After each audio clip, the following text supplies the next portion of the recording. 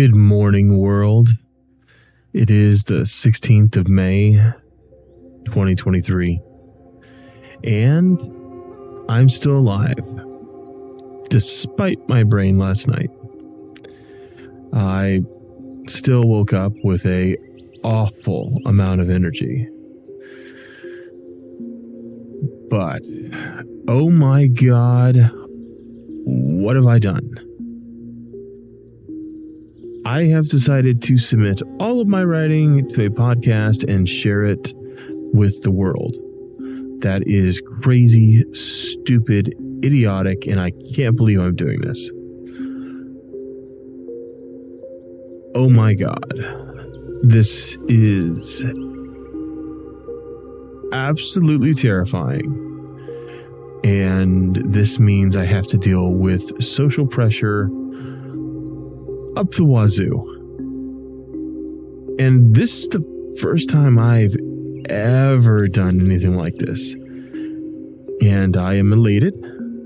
And I am absolutely scared to death. I mean, look, I understand that there's a reason why people post pictures online of themselves and they use that accountability / social pressure to funnel them into action. But I've never been a big fan.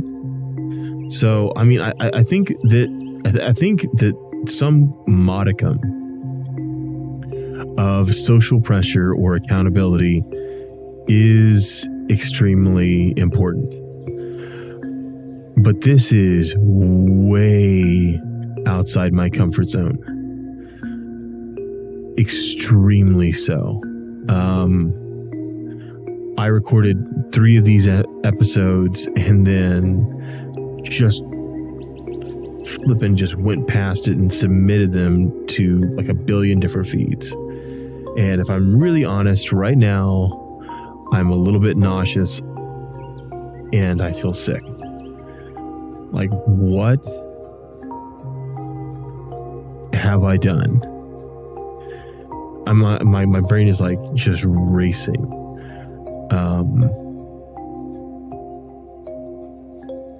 Like, have I set myself up for public humiliation? Are people going to just feel sorry for me? Are they gonna judge me for this? I mean, this is as nerve-wracking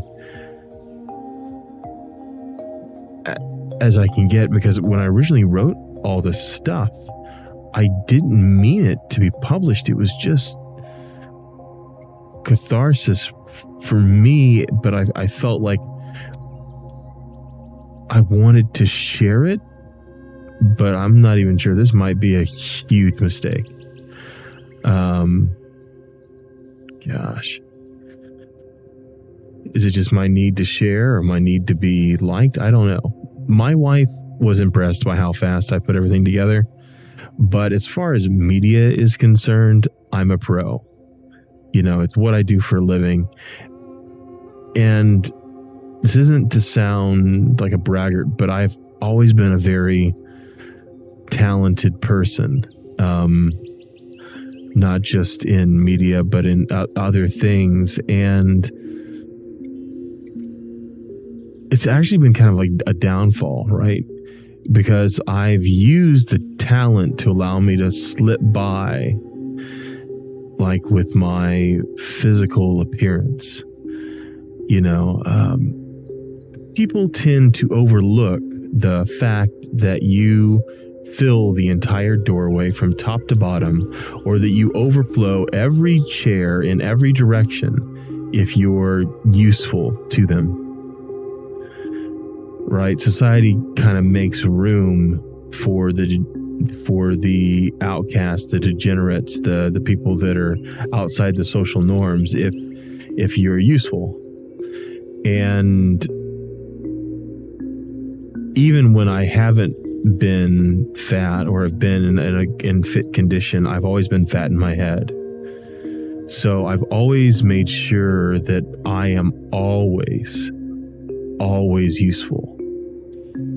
right? We, in church they would call it like a servant's heart, but like it's a need to make sure that that just because I'm a big, huge kind of fat guy doesn't mean that I'm not useful to you. That doesn't mean that you should abandon me, reject me.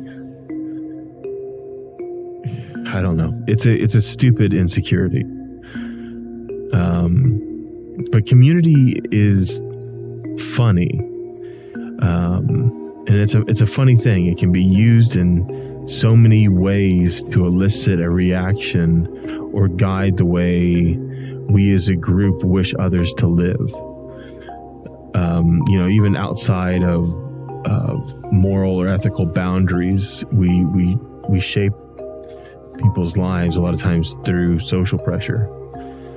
And I've never liked peer pressure.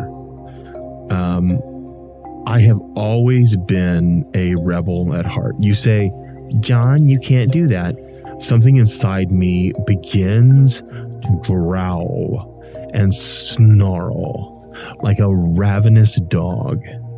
You doubt me? Well, I'm going to show you what happens when what happens because you doubted me.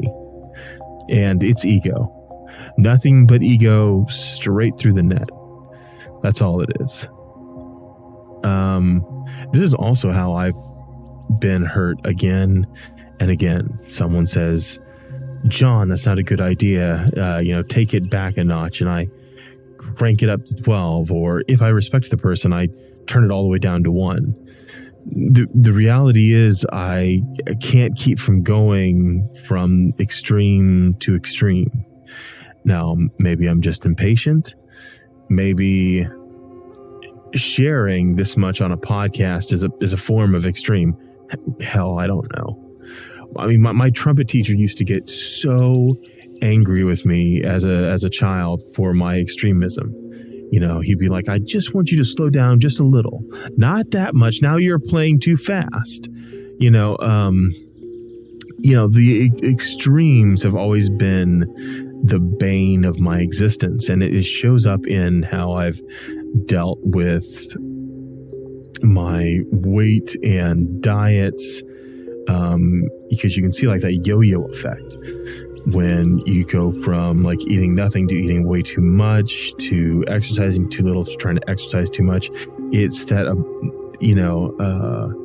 some people will be like, it's attention deficit disorder, right? That ability to hyper focus on something and gain an incredible amount of information. And so if you're inside that line of things that I hyper focus on, like when I focused on my career or media, or I gained so much information for so many years, and I become an expert in that. And so now I'm left trying to do something similar with health. And someone was like, hey, don't over process, don't get too much information. And I remember telling them, like, if you don't understand, if I don't hyperfixate on this now, when my brain is starting to be tickled by all the information and the new understandings of health and amino acids and all this kind of stuff, if I don't hyperfixate on it now, I don't know when it's going to come back around again, or if it will come back around again, right? Because I don't know in my current condition how much time I'll have left if I don't fix this now. Which again is a form of extremism, right? Now, like, I'm really not sure how to correct that. Like, how do you think your way out of a problem if your brain is the thing that's screwed up?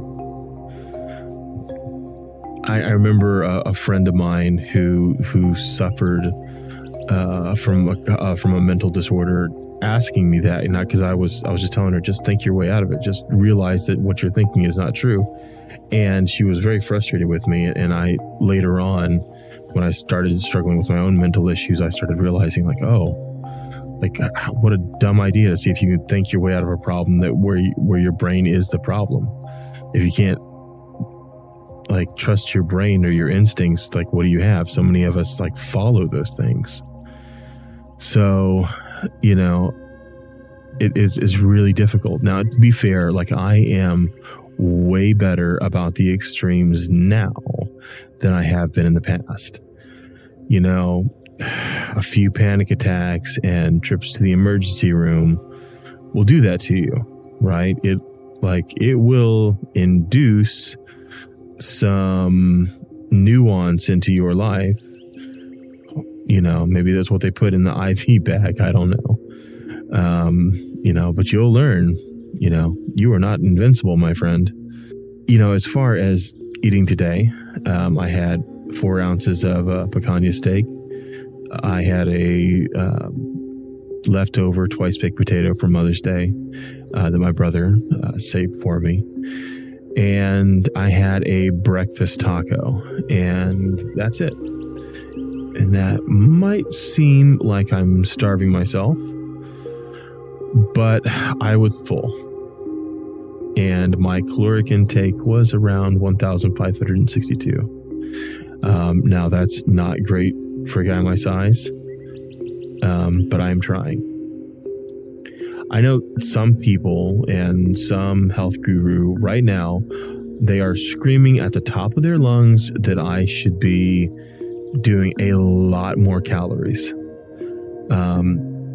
And they're right. According to the charts, that is what I see. But I have always had a super slow metabolism.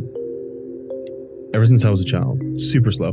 That did not go well, you know, with things where my parents are like, you know, you shouldn't eat that much. Well, guess what? My rebellious little person was like, well, I can eat as much as Dad. And I remember that was the big try, right? Is my dad had the biggest portions on the table, and I would try to eat as much as him, because I wanted to be as tall, as strong, as big as he was.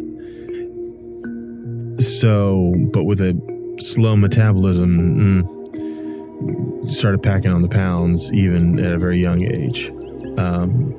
But I am hoping that the intermittent fasting and exercising are going to help with that. It's late, but I am super excited that I get to go to the gym tomorrow and swim. To be honest, I don't think 4:30 a.m. can come soon enough.